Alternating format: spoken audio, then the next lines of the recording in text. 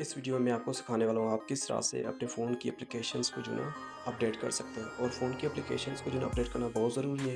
Applications में काफ़ी ज़्यादा प्रॉब्लम्स आने लग जाते हैं, तो कंपनीज़ क्या करती हैं, उनको जो ना अपडेट करती हैं कि उनकी जो प्रॉब्लम सारे रिज़ॉल्व हो सकें।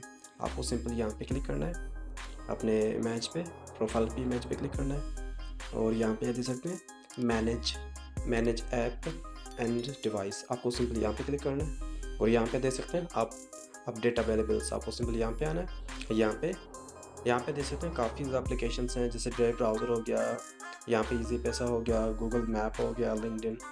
ये एप्लीकेशन क्या होते हैं, कंपनीज़ जो भी इन एप्लीकेशंस में प्रॉब्लम्स आती हैं, जो बग्स आते हैं, उनको कंपनी जो सॉल्व करते हैं। सॉल्व करने के बाद एक अपडेट रिलीज़ करते हैं। आपको अपडेट करनी है, आपको यहाँ पे अपडेट ऑल पे क्लिक करना है।